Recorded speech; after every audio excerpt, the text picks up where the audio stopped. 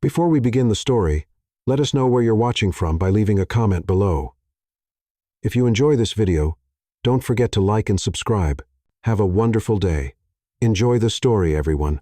Sophie adjusted her vintage earrings one more time. Watching her reflection in the boutique's antique mirror, the soft afternoon light filtering through the Brooklyn storefront created golden highlights in her reddish-brown hair, and for a moment, she felt beautiful.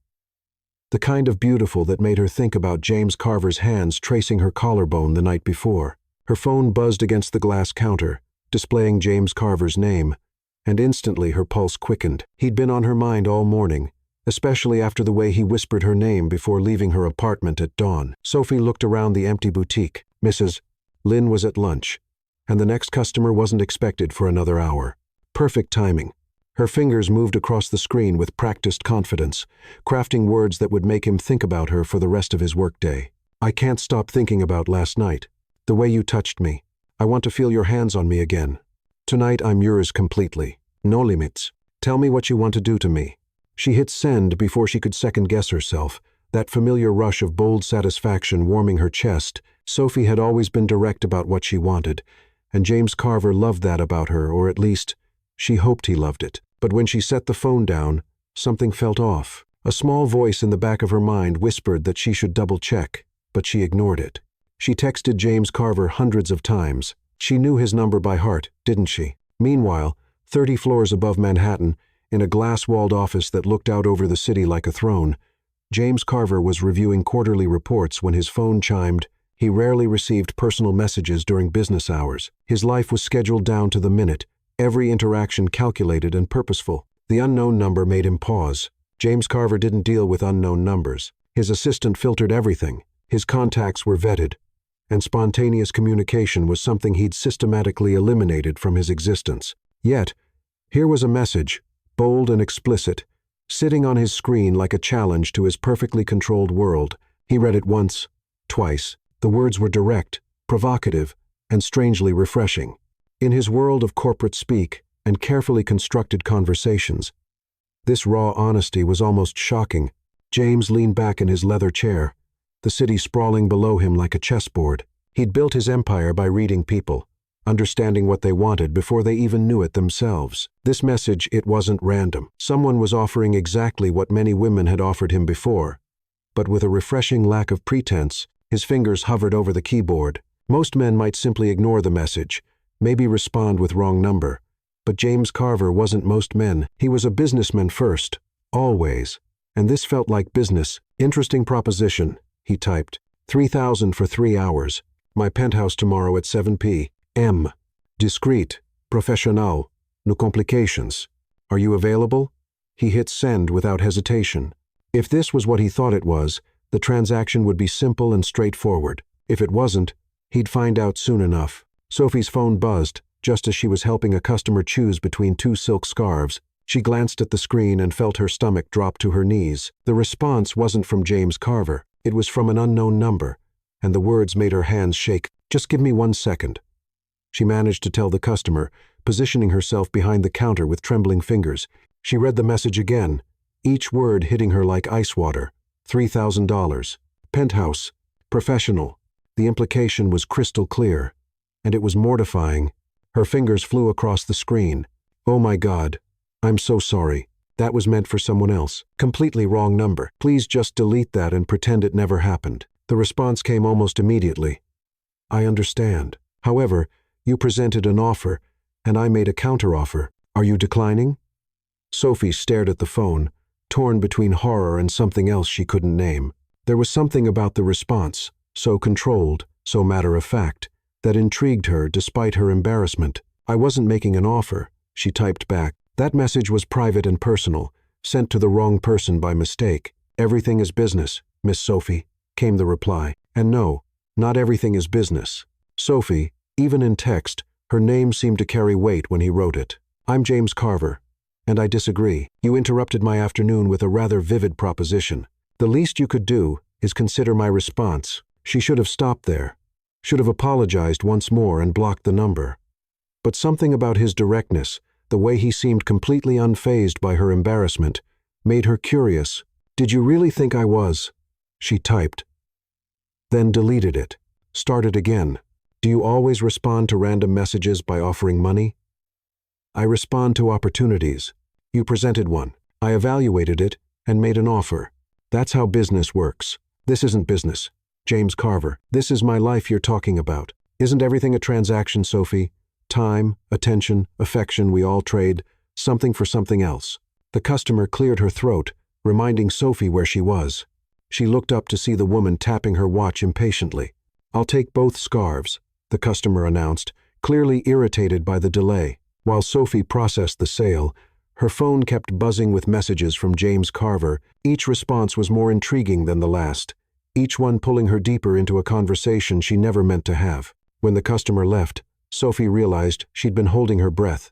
She looked down at her phone at this strange exchange with a man who spoke in absolutes and saw the world in terms of negotiations. Who was James Carver? And why couldn't she stop wanting to know what he'd say next? The rest of the afternoon passed in a haze for Sophie. Every time she tried to focus on organizing clothes or helping the occasional customers, her phone would buzz again. James Carver, that name was starting to echo in her mind, like a puzzle she couldn't solve. Are you still there, Sophie?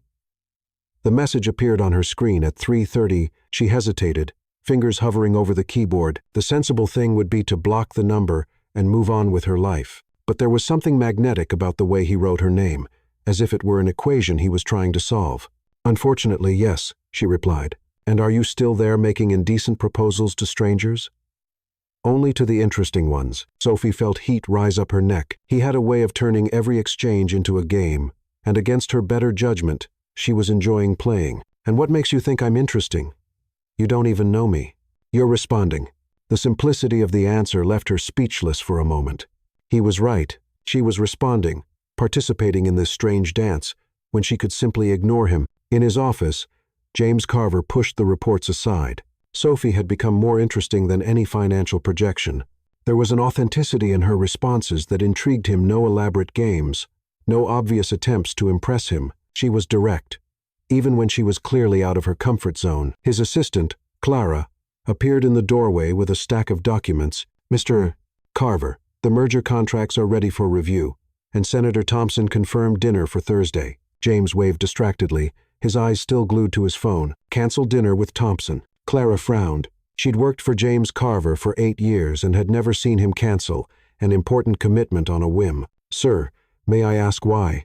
I have something more interesting to do on Thursday. When Clara left, clearly confused, James Carver turned his attention back to his phone. A new message from Sophie awaited him. All right, I'll bite. What makes a man like you, assuming you are who you say you are, respond to a message like that instead of just deleting it? James Carver smiled, a rare expression on his normally controlled face. Maybe I'm bored. How sad. A bored, powerful man is a dangerous man. Do you think I'm dangerous? There was a long pause before her response came. I'm starting to think you might be. Sophie closed the boutique at 6, but instead of heading straight home, she sat on the bench outside, unable to stop typing. The conversation had evolved into something she couldn't define, part provocation, part interrogation, part flirtation. Tell me about yourself, came James Carver's message. Is this part of your opportunity assessment? Pure curiosity. I'm 26, work at a boutique in Brooklyn, live alone in an apartment that would fit in your closet, and apparently have the bad habit of texting wrong numbers. And the man who was supposed to receive the original message? The question caught her off guard. She'd almost forgotten about Ethan amid this electrifying verbal exchange. It's complicated, she typed. Most interesting things are, what about you? Tell me about the mysterious James Carver who makes indecent offers to strangers. 34, CEO, live in a penthouse that could probably fit your entire building, and apparently have the bad habit of turning misunderstandings into opportunities. CEO of what? Boring things that make a lot of money. Sophie laughed out loud, earning curious looks from passers-by. There was humor behind his arrogance, a self-awareness that made his confidence more palatable. Are you always this evasive? Are you always this curious? Touché. Her phone buzzed with a call. Ethan. For the first time in hours, she hesitated before answering. Hi, she said, her voice sounding strangely guilty. Sophie, sorry I didn't respond to your message earlier. I had meetings all day. How about dinner tonight? I can be at your place in an hour. She looked at the phone in her hand at the conversation with James Carver still open on the screen. Actually, Ethan, I don't think I can tonight. I'm tired. There was a pause. Everything okay? You sound different. I'm fine. I just need a night to myself. After she hung up, she stared at the phone for a long moment. A new message from James Carver was blinking on the screen. Still there? Still here. Good. I was starting to get bored again.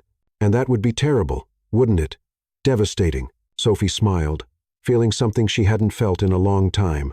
The thrill of discovery, of the unknown. James Carver was arrogant, controlling, and probably dangerous to her peace of mind, but he was also intelligent, provocative, and completely different from any man she'd ever met. James Carver. Yes, this conversation, where is it going? There was a long pause before the response came. Wherever you want it to go, Sophie, but something tells me you've already decided. She stared at the words on the screen, her heart beating faster. He was right. Somehow, in just a few hours, James Carver had awakened a curiosity in her that was impossible to ignore, and the scariest part? She didn't want to ignore it. Her hands trembled slightly as she typed her response, knowing she was about to cross a line from which there would be no return. 3 days had passed since Sophie had typed her last response to James Carver, a response she never sent. Her hands had trembled so much that she ended up closing the app and promising herself she wouldn't open it again. But promises made to oneself were the easiest ones to break. She was organizing a new shipment of dresses when her phone rang, not a text, a call, unknown number. Her heart raced because somehow she knew who it was. Hello? Her voice came out more hesitant than she intended. Sophie. The voice was deep, controlled, with an accent that suggested expensive education and power. James Carver. How did you get my number? I have resources and patience. You disappeared in the middle of an interesting conversation. Sophie stepped away from the counter, walking to the boutique window. Outside, Brooklyn continued its familiar rhythm, but inside her head, everything had changed since that deep voice had spoken her name. I didn't disappear. I made a sensible decision. Sensible is a boring word, and you clearly have issues with boredom. She heard him laugh, a low, rich sound that made something tighten in her stomach. Meet me for dinner tonight. Absolutely not. Why? Because you're a stranger who makes inappropriate offers and apparently gets phone numbers from people who didn't give them to you. Touché. But you're curious about me. If you weren't, you would have blocked my number 3 days ago. Sophie closed her eyes, hating that he was right. James Carver, The Riverside.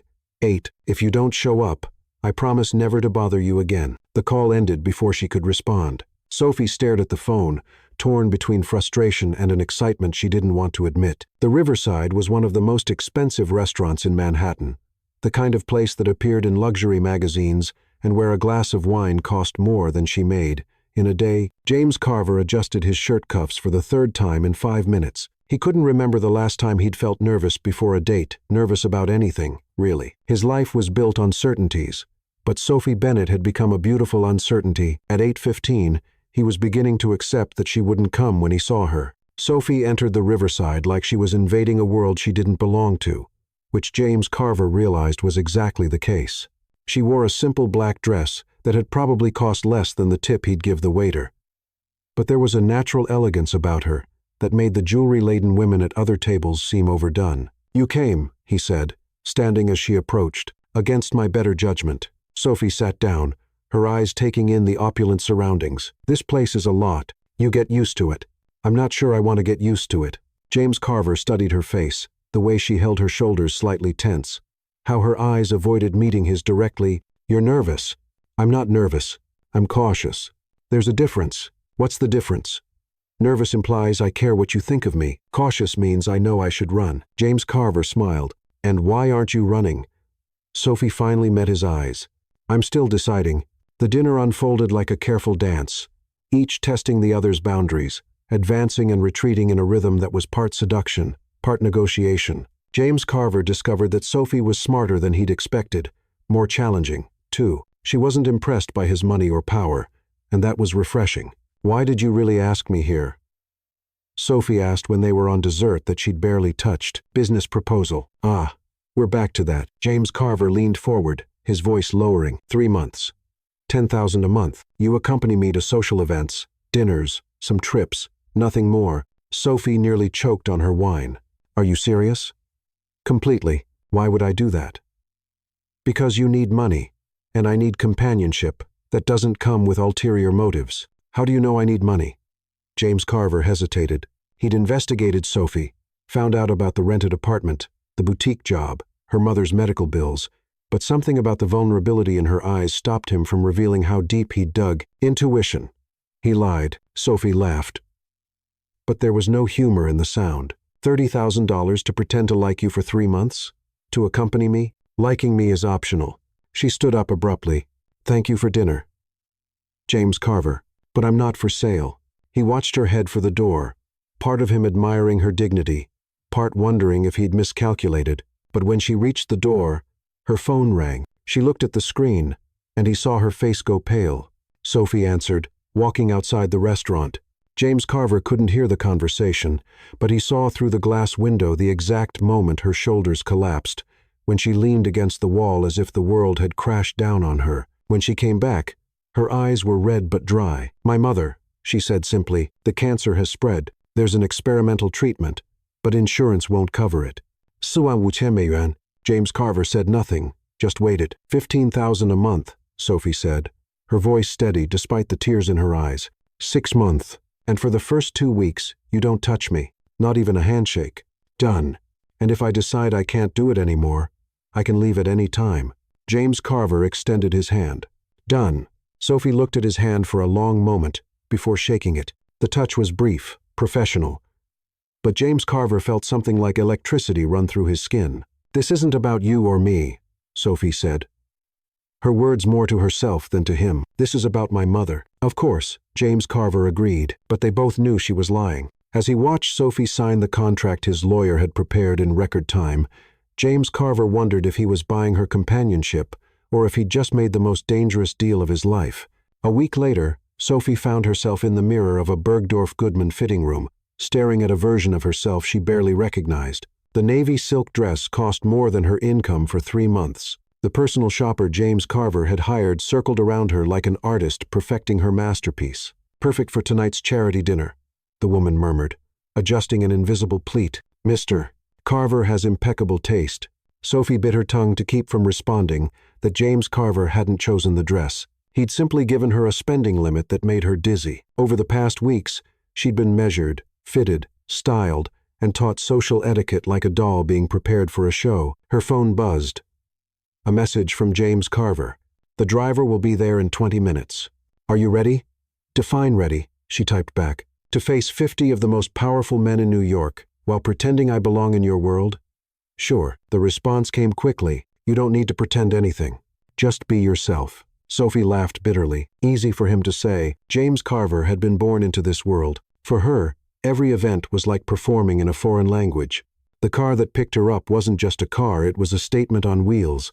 Sophie sank into the soft leather, trying not to calculate how many months of rent that seat cost. When they arrived at the Plaza Hotel, James Carver was waiting at the entrance, stunning in a tuxedo that seemed to have been made specifically for him. You look beautiful, he said, offering his arm. You seem surprised. I'm always surprised when someone exceeds my expectations. Sophie took his arm, pretending not to notice how the touch sent small shocks through her skin. And your expectations for me were low. My expectations for everyone are low. It's safer that way. The ballroom was a sea of expensive gowns and tuxedos under crystal chandeliers. Sophie recognized faces from magazines, politicians, actors, heirs to fortunes. And there she was, a boutique saleswoman from Brooklyn, walking among them as if she had the right to be there. Relax, James Carver murmured in her ear, his hand resting lightly on her back. You're wound tight as a spring. It's easy to relax when this is your natural habitat. This was never my natural habitat, Sophie. I just learned how to navigate it. She looked at him, surprised by the honesty. What do you mean? But before James Carver could answer, an older man approached, some senator from what Sophie remembered of the briefing James Carver had given her. James Carver? And this must be Sophie we've heard so much about. Sophie smiled politely.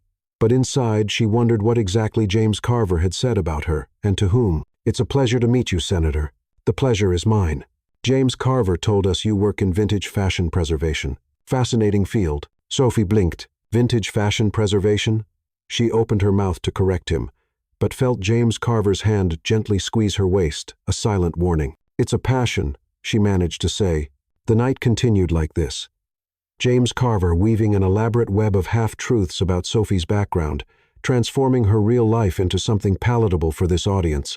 She was the independent curator, the fashion sustainability specialist, the young entrepreneur, with a unique market vision. During dinner, seated between a federal judge and an oil magnate's wife, Sophie found herself not just surviving, but actually participating in conversations.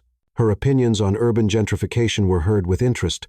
Her observations on social inequality sparked animated discussions. "You're quite a surprise," said Mrs. Reynolds, the magnate's wife. "James Carver usually brings companions who are more decorative." Sophie nearly choked on her wine. "Other companions? Oh dear, you didn't know. Our James Carver collects beautiful women like works of art. Admirable for a while, then replaced by newer models." Sophie felt something cold settle in her stomach. She looked across the table at James Carver, who was absorbed in a conversation about corporate mergers, apparently oblivious to the bomb that had just exploded in her world. In the car heading home, the silence was deafening.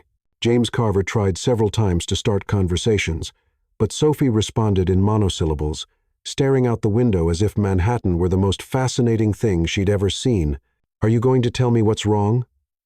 Or are we going to pretend this silence is comfortable?" he finally asked. "Other companions? James Carver? How many women went through this same process before me?" James Carver sighed. "Sophie, how many?"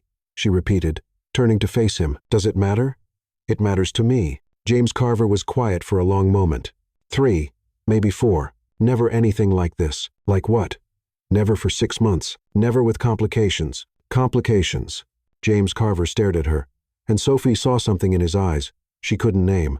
"You, Sophie, you're the complication." The car stopped in front of Sophie's building. She opened the door but hesitated. "That story about vintage fashion preservation. You work in a boutique. You take care of clothes. It wasn't technically a lie.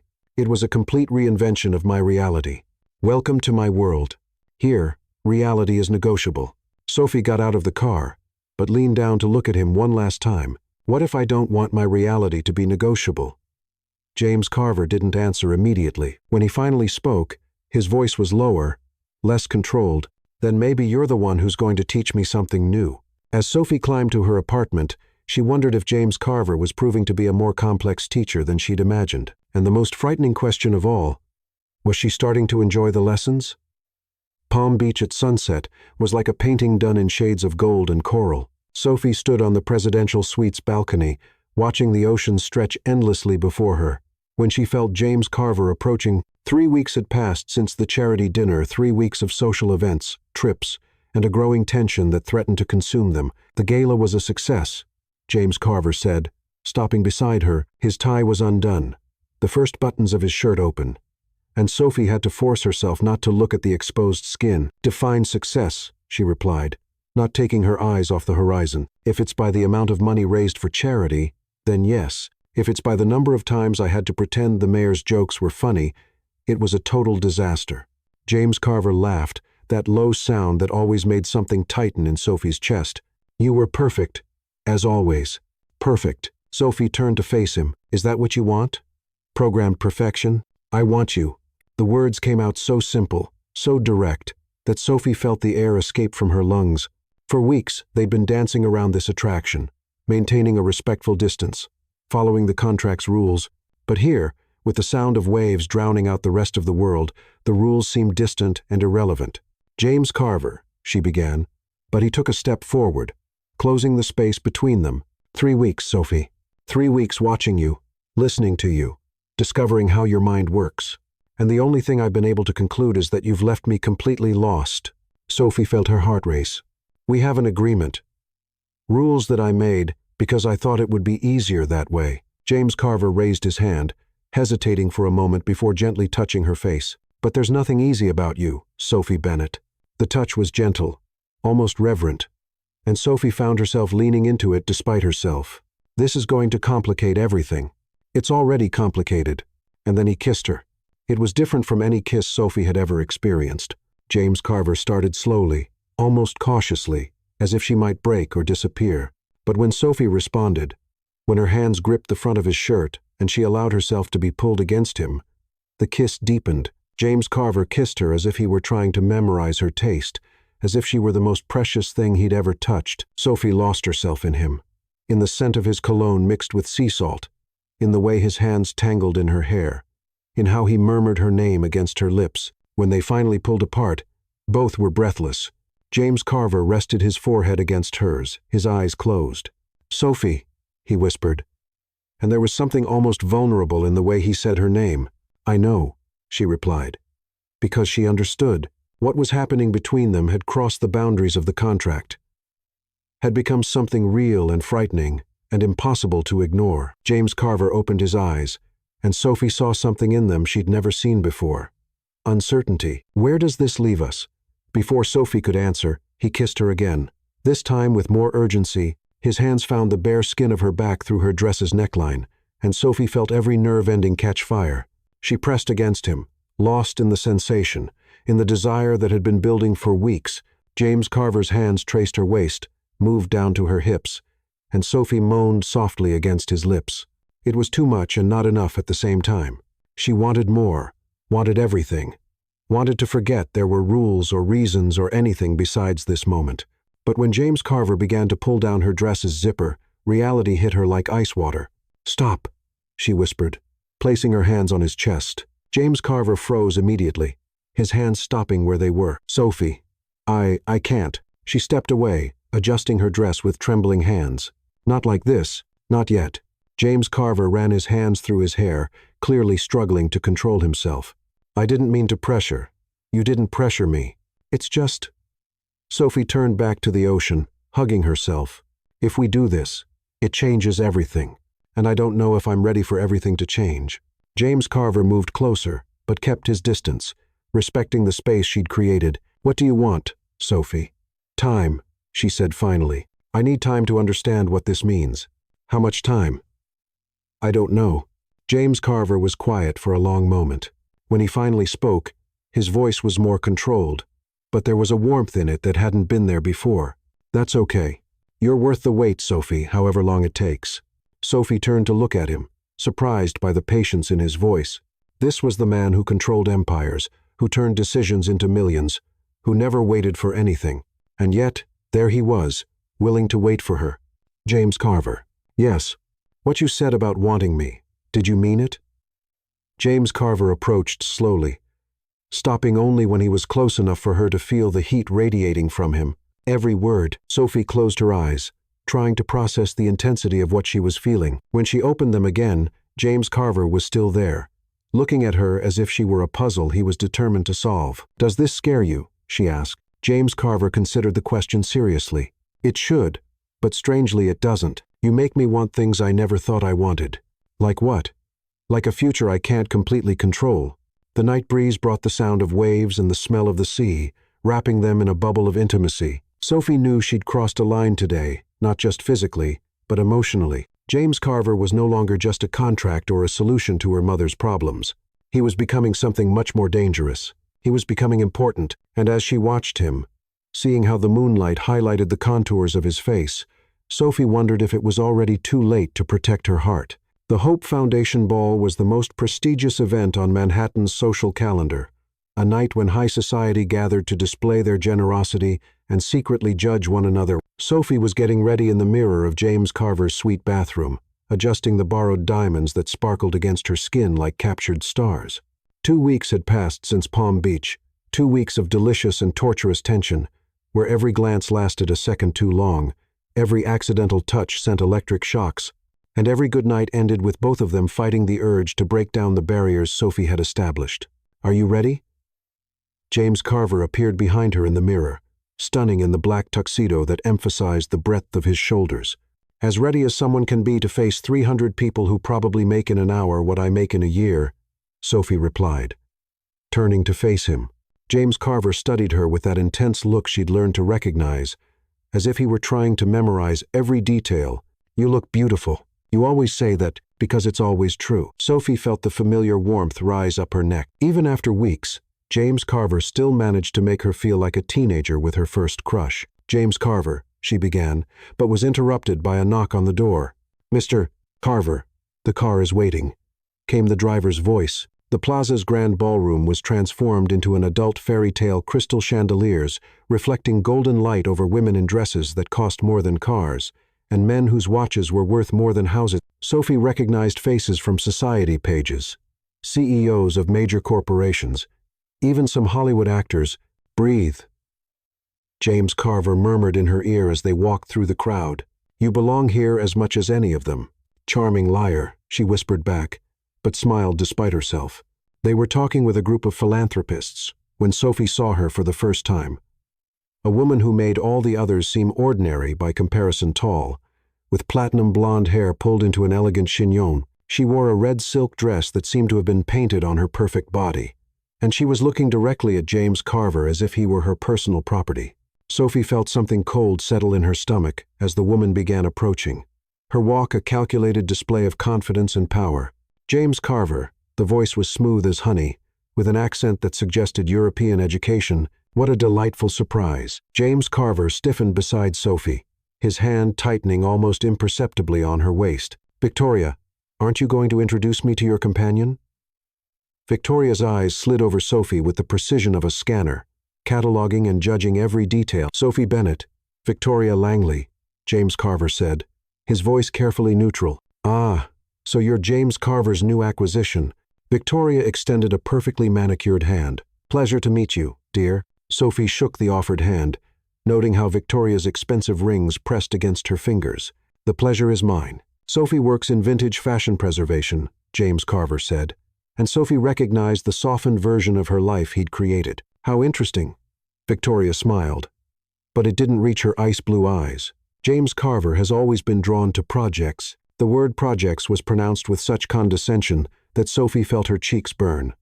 But before she could respond, James Carver intervened. If you'll excuse us, I need to greet Senator Peterson. As James Carver walked away, Sophie found herself alone with Victoria, who continued smiling that sharp smile. May I ask you a personal question, dear? Victoria didn't wait for an answer. How much is he paying you? Sophie felt like she'd been punched in the stomach. Excuse me? Oh, don't play dumb. James Carver has a very specific pattern. Young, beautiful, needy women. He likes to be the savior, you know, makes him feel powerful. I don't know what you're talking about. Victoria laughed, a crystalline and cruel sound. Of course you do. Let me guess. You needed money for something important. Sick family, debts. James Carver appeared like a knight in shining armor, offering a solution. Sophie didn't respond, but her expression must have given everything away because Victoria's smile widened. I thought so. You know you're not the first, right? There was Rachel, daughter of a bankrupt broker. Lauren, trying to save the family farm.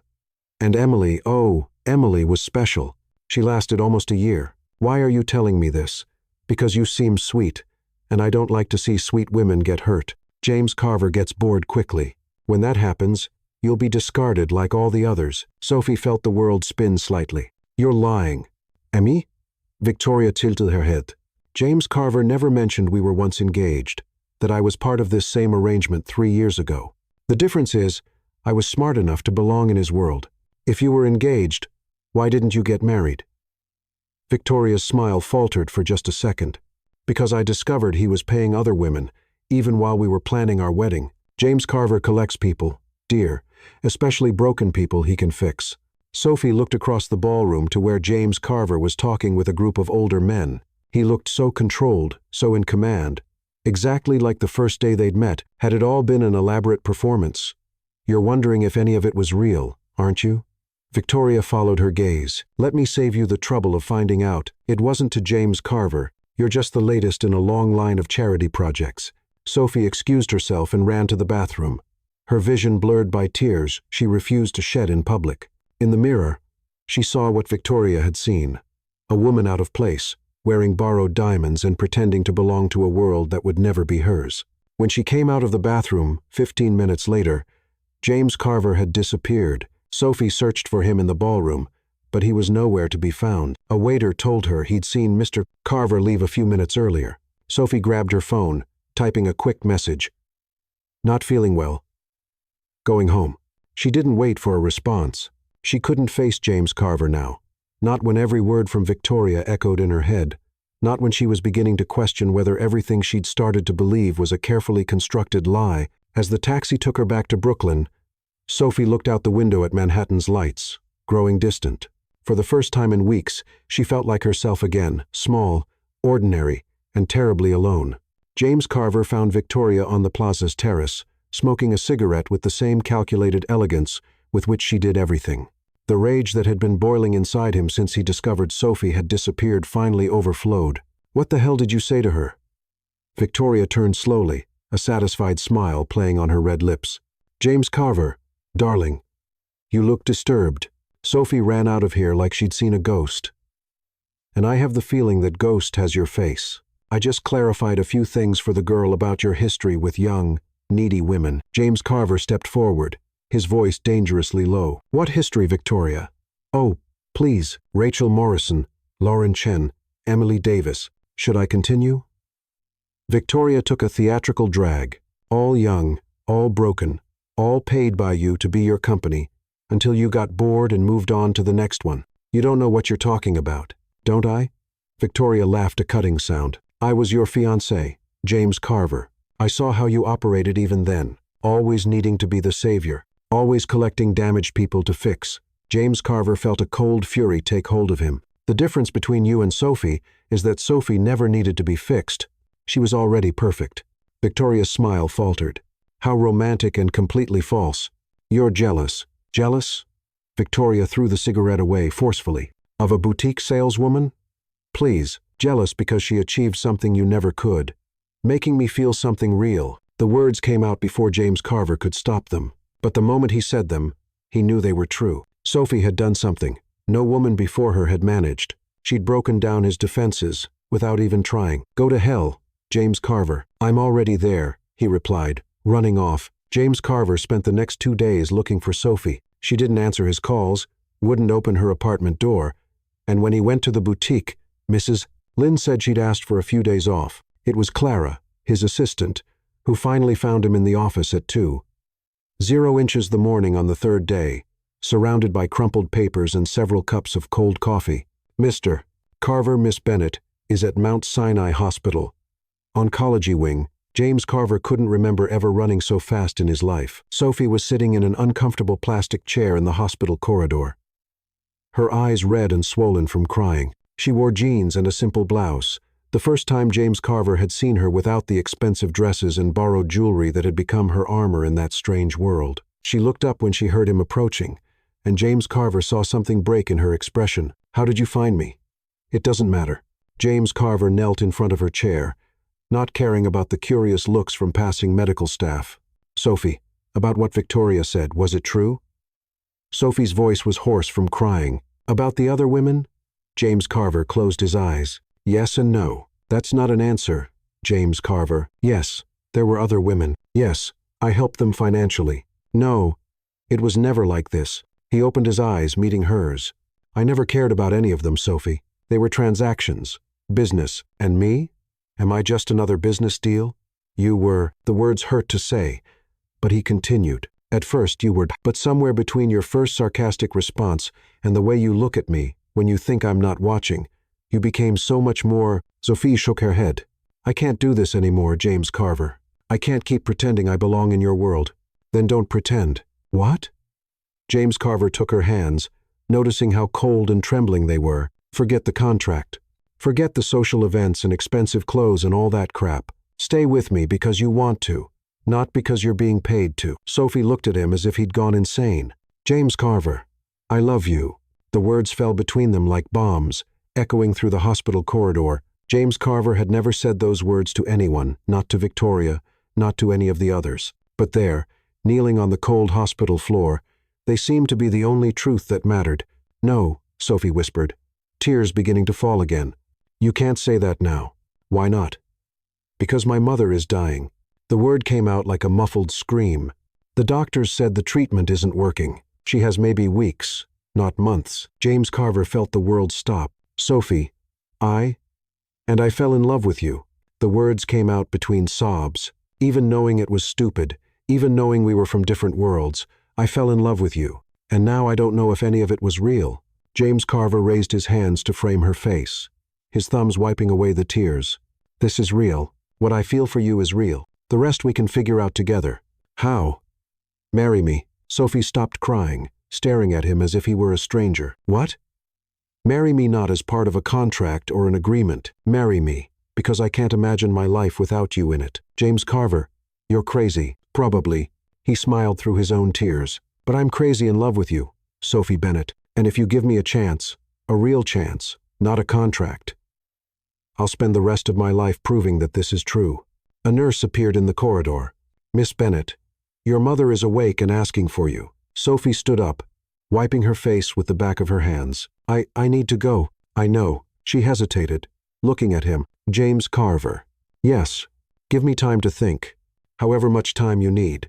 As Sophie disappeared down the corridor toward her mother's room, James Carver remained kneeling on the cold floor, realizing that for the first time in his adult life, his future was completely out of his control, and strangely, it didn't scare him as much as it should have, because for the first time, he'd found someone who was worth more than any power or control he could wield.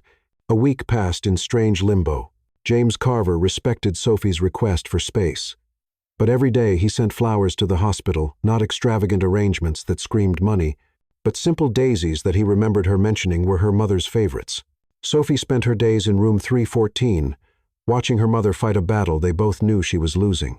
Ellen Bennett had always been a small woman, but now she seemed fragile as paper, her eyes still bright with the intelligence and love that had guided Sophie throughout her life. "Are you going to tell me about him?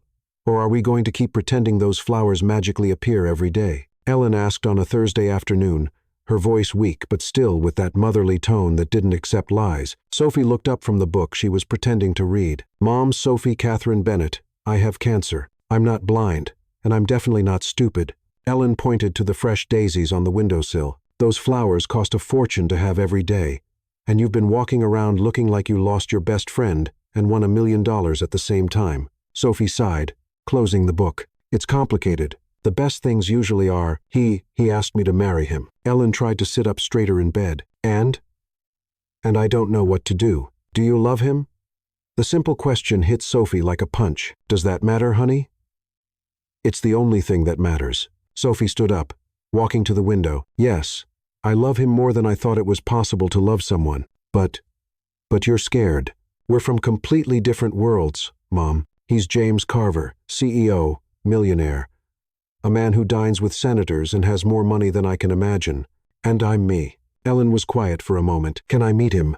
"Mom, Sophie, if my daughter is going to marry a man, I want to meet him before I die." The word die still made Sophie flinch, but she nodded. "I'll call him." James Carver arrived 2 hours later, carrying not flowers, but a small potted lavender plant. Sophie watched from the doorway as he approached her mother's bed, his usual confidence replaced by something resembling nervousness. "Mrs. Bennett," he said, his voice gentler than Sophie had ever heard. "I'm James Carver, the man who's been filling my room with flowers," Ellen replied. But she was smiling. "And who made my daughter look like she was struck by lightning?" James Carver smiled back. "Guilty on both counts." "Sit down," Ellen ordered, pointing to the chair beside the bed.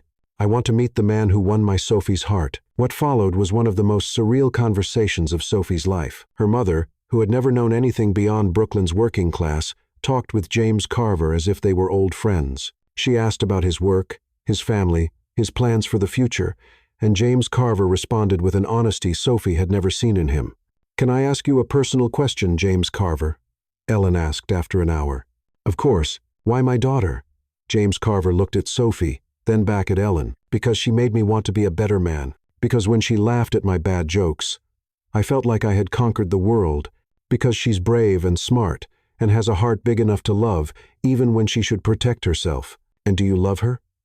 "More than my own life." Ellen nodded slowly. "Good answer." She extended her thin hand, taking James Carver's. "But let me be clear about one thing." "Yes, ma'am." "If you hurt my daughter, if you make her feel like she's not good enough for you for even 1 second, I will come back from the grave and haunt you for the rest of your miserable life." James Carver laughed gently, squeezing her hand. "I accept those terms. And one more thing. Whatever you need." Ellen looked directly into his eyes. "Never let fear win over love. Promise me that." "I promise." That night, Sophie walked with James Carver to the hospital parking lot. The silence between them was loaded with everything they hadn't said. "Your mother is incredible," James Carver said finally. "She liked you." "That's rare, Sophie." James Carver stopped walking, turning to face her. "What your mother said about not letting fear win over love, she was talking to me. But I think she was also talking to you." Sophie felt tears burn her eyes. "James Carver, marry me." This time, his voice was steady, without the desperation from a week ago. "Not because you need the money. Not because it's part of some contract. Marry me because you love me. What if it doesn't work out? What if we find out we're too incompatible? What if it does work out?"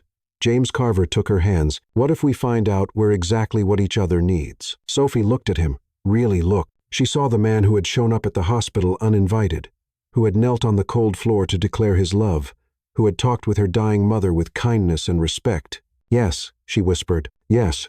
Yes. I'll marry you." James Carver kissed her right there in the hospital parking lot, under the fluorescent lights and the smell of disinfectant, and Sophie thought she'd never been in a more perfect place. 3 days later, James Carver returned to the hospital. This time, he knelt beside Ellen's bed, not Sophie's. "Mrs.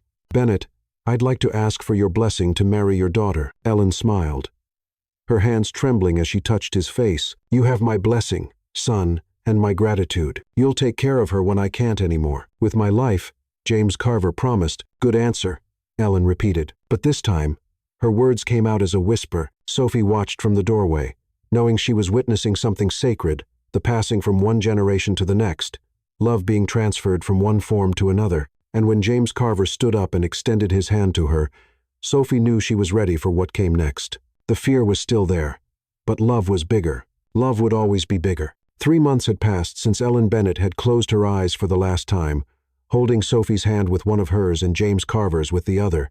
The funeral had been simple, as she'd asked garden flowers instead of expensive arrangements, shared stories instead of formal speeches, and the kind of genuine love that no amount of money could buy. Now Sophie stood on the terrace of the mansion in Alpharetta, Georgia, watching the morning sun filter through the garden trees. James Carver's house was different from what she'd expected, not the cold fortress of glass and steel she'd imagined, but an old brick construction with wild gardens and cozy corners that seemed made to embrace whoever lived there.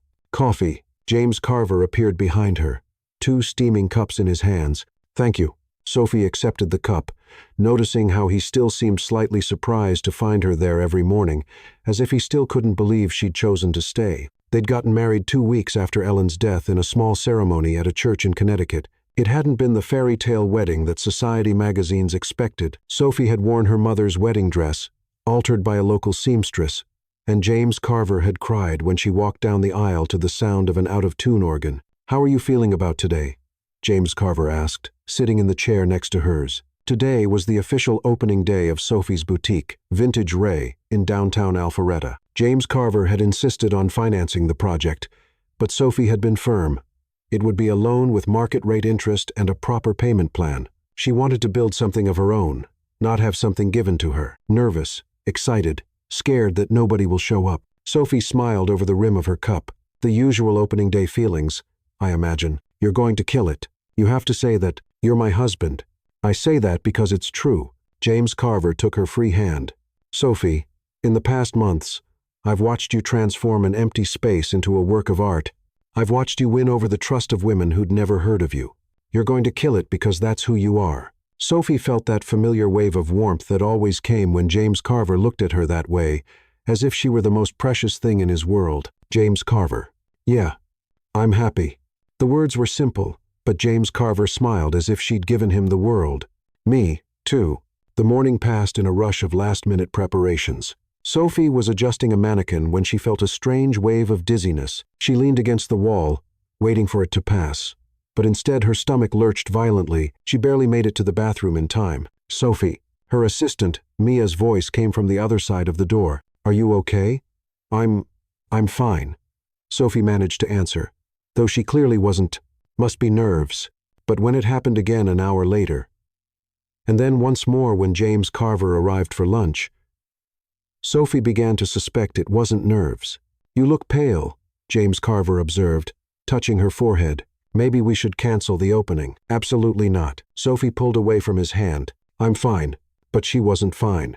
All afternoon, waves of nausea hit her at random moments. When she finally sent Mia home and closed the boutique, Sophie drove straight to the pharmacy. 3 tests, all positive. Sophie stared at the 2 pink lines on the last test, her mind completely blank. Pregnant. She was pregnant. She and James Carver had talked about children in abstract terms, someday in the future, when they were more established, when they had more time, but someday had become today, and Sophie didn't know how she felt about it. She drove home on autopilot, the tests hidden in her purse like small bombs waiting to explode their carefully constructed life. James Carver was in the kitchen when she arrived, preparing dinner with the concentration he applied to everything in his life. He'd become a surprisingly good cook in recent months. Discovering that he enjoyed the precision and creativity it required. "How was the rest of the afternoon?" he asked without turning from the stove. It was good." Sophie dropped her purse on the kitchen table, the tests practically burning a hole through the leather. James Carver. I need to tell you something." Something in her voice made him turn around completely. "What is it?" Sophie pulled one of the tests from her purse, placing it on the table between them. "I'm pregnant." James Carver stared at the small plastic device for a long moment, as if it were a puzzle he needed to decipher. Then he looked at Sophie, and she saw something she hadn't expected in his eyes. Pure joy. "Pregnant," he repeated, as if testing the word. "I know we didn't plan this. I know it's too early." I know that James Carver crossed the kitchen in 3 long strides, taking Sophie in his arms and spinning her through the air. "We're having a baby. James Carver, put me down before I throw up on you." Sophie laughed despite herself. He set her down gently, but kept his hands on her waist. "Sorry, it's just Sophie. We're going to have a baby. Are you happy? Happy?" James Carver laughed, a rich and genuine sound. "Sophie, I'm beyond happy. There's no word for what I'm feeling." Sophie felt tears burn her eyes. Tears of relief, of joy, of overflowing love. "So, you want this? You want to have a family with me?" "I want everything with you." James Carver framed her face with his hands. "I want to build a life with you. Have children with you. Grow old with you. I want to wake up every day for the next 50 years knowing that you're mine." He kissed her then, soft and reverent, as if she was something sacred. And Sophie thought maybe she was the 2 of them together, creating life, building a future that neither of them had imagined possible just a few months before. "I'm scared," she whispered against his lips. "Me, too. But we'll be scared together." Sophie laughed through her tears. "That's not very comforting." "Then let me try again." James Carver rested his forehead against hers. "Sophie Carver, you're going to be an incredible mother, and I'm going to do everything in my power to be the kind of father our child deserves." "Sophie Carver," she repeated, smiling. "I'm still getting used to that. We have the rest of our lives for you to get used to it." As they stood there in the kitchen, embracing in the golden light of sunset, Sophie felt something settle deep in her chest, a sense of completeness she'd never experienced. They'd started as strangers, brought together by a misunderstanding, but somehow they'd become a family, and now, with new life growing inside her, Sophie finally understood what her mother had meant about never letting fear win over love. 6 months later, Sophie sat on the mansion's terrace, one hand resting on her rounded belly, watching James Carver teach her mother, who had miraculously recovered and now visited once a month, how to make her famous vegetarian lasagna. The scene was so domestically perfect that sometimes Sophie had to pinch herself to make sure it was real. "No, James Carver, you're putting too much cheese." Her mother's voice floated through the open kitchen window. "Mom, there's no such thing as too much cheese when it comes to lasagna," James Carver replied, and Sophie smiled, hearing the genuine affection in his voice when he called her mom. Ellen's miraculous recovery had been as unexpected as it was complete. The doctors couldn't explain it. Maybe it was the new experimental treatment. Maybe it was the happiness of seeing her daughter married and pregnant. Or maybe it was simply the power of love being stronger than any medical diagnosis. "Sophie, dear, come help us before your husband ruins my recipe," Ellen shouted from inside the house. Sophie stood up slowly, her hands supporting her aching back. At 7 months pregnant, she'd developed a new appreciation for the phrase "big as a house," but James Carver seemed to find her more beautiful every day. In the kitchen, she found the familiar scene.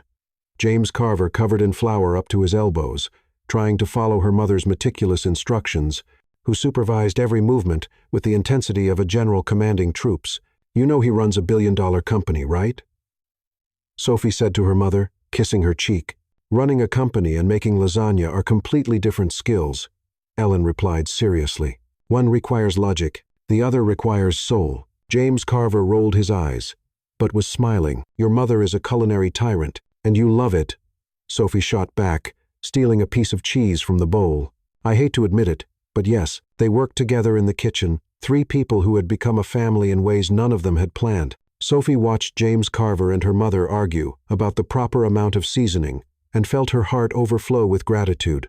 Later that night, after Ellen had gone to the guest room and the lasagna had been devoured with appropriate praise, Sophie and James Carver were back on the terrace.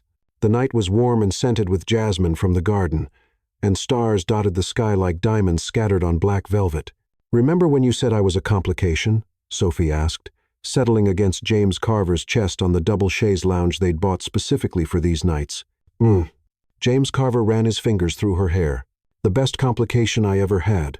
Our daughter is going to be even more complicated. She's going to be perfect." "How are you so sure it's a girl?" "Male intuition." Sophie laughed. "That's not a real thing." "Yes, it is. And she's going to be exactly like you. Stubborn, smart, and completely capable of driving me crazy with love." Sophie turned her head to look at him. "Do you really think we're going to make it? That we'll be good parents?" James Carver was quiet for a moment, considering the question with the seriousness it deserved. "I don't know if we'll be good parents from day one, but I know we'll try with everything we have. And I know our daughter will grow up knowing she's loved." "How can you be so sure?" "Because I look at you and see the kind of woman who sacrificed for her mother, who built a life from scratch, who had the courage to love a stubborn man like me. If that woman is my daughter's mother, she'll grow up knowing she can conquer anything." Sophie felt familiar tears burn her eyes. Pregnancy had made her emotionally unstable, but this was different. This was pure love, manifesting in liquid form. "What if I told you I also think it's a girl? Then we're officially in trouble." James Carver laughed. "Why? Because 2 stubborn Carver women in the same house? I'm going to spend the rest of my life being outnumbered. And do you hate being outnumbered?" James Carver kissed the top of her head. "Sophie, before you, I controlled everything, every decision, every outcome, every variable. It was lonely, but it was safe. And now I wake up every day, not knowing exactly what to expect. You constantly surprise me, and in a few months, we're going to have a little person who will surprise us even more. It's terrifying and wonderful at the same time." Sophie settled deeper against him, feeling the baby kick against her ribs as if agreeing with the conversation. James Carver. "Yeah. Who would have thought it all started with a message sent to the wrong number?" James Carver was quiet for a moment, and Sophie felt his chest rise and fall with a deep breath. "It wasn't a mistake," he said finally, his voice low and full of conviction. "What do you mean?" "That message, that wrong number. The way everything unfolded, it wasn't a mistake, Sophie. It was destiny." Sophie turned in his arms so she could see him properly. "Do you really believe that?" "I believe some things are bigger than coincidence. I believe you were exactly what I needed at the exact moment I needed it, even though neither of us knew it at the time. What if I had never typed the wrong number? Then I'd still be sitting in my office controlling numbers on a spreadsheet, thinking that was living." James Carver gently touched her belly. "Instead of being here with my pregnant wife in my arms, waiting for our daughter to be born, with your mother in the house next door, making plans to spoil our daughter rotten." Sophie laughed through her tears. "She's definitely going to spoil her completely, and it's going to be wonderful." They fell silent for a moment, absorbing the simple perfection of the moment. The garden whispered around them. The night wrapped them like a blanket, and Sophie felt a deep peace settle in her bones. "Sophie." "Yeah. Thank you." "For what?" "For typing the wrong number. For being brave enough to answer my messages. For giving me a chance when I didn't deserve one. For teaching me that some things are more important than control." Sophie stretched up to kiss him a soft kiss, full of promises for the future. "Thank you for what?" "For answering." And there, under the Georgia stars, with her mother sleeping in the next room and her baby gently kicking inside her, Sophie knew James Carver was right. It hadn't been a mistake. It had been exactly what destiny had planned all along. Sometimes love arrives in the most unexpected way through a mistyped number, through a misunderstanding that transforms into perfect understanding. Sophie and James Carver discovered that destiny has its own plans, even when we think we're in control. A lost message became a life found, proving that the most beautiful mistakes are those that lead us exactly where we're supposed to be. And maybe, in the end, there are no wrong numbers, just connections waiting to happen.